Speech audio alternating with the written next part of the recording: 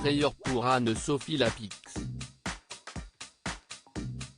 Tandis que la guerre se profile depuis maintenant une vingtaine de jours en Ukraine, le journal télévisé de 20h sur France 2 a décidé de consacrer une édition spéciale au conflit, et ce, en direct de Lviv.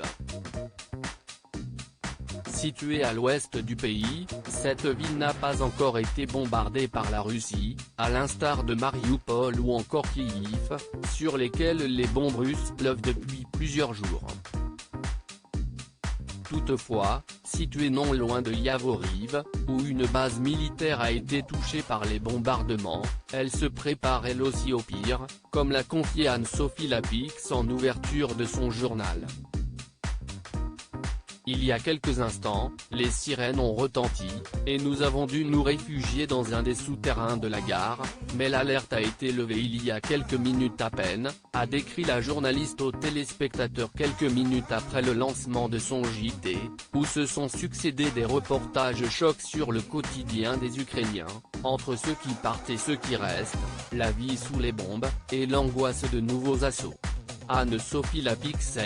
s'est montrée beaucoup moins sereine que sur le plateau de France 2, où son débit de parole rapide a été remarqué tandis qu'elle présentait le sommaire de son édition spéciale, les mains tremblantes.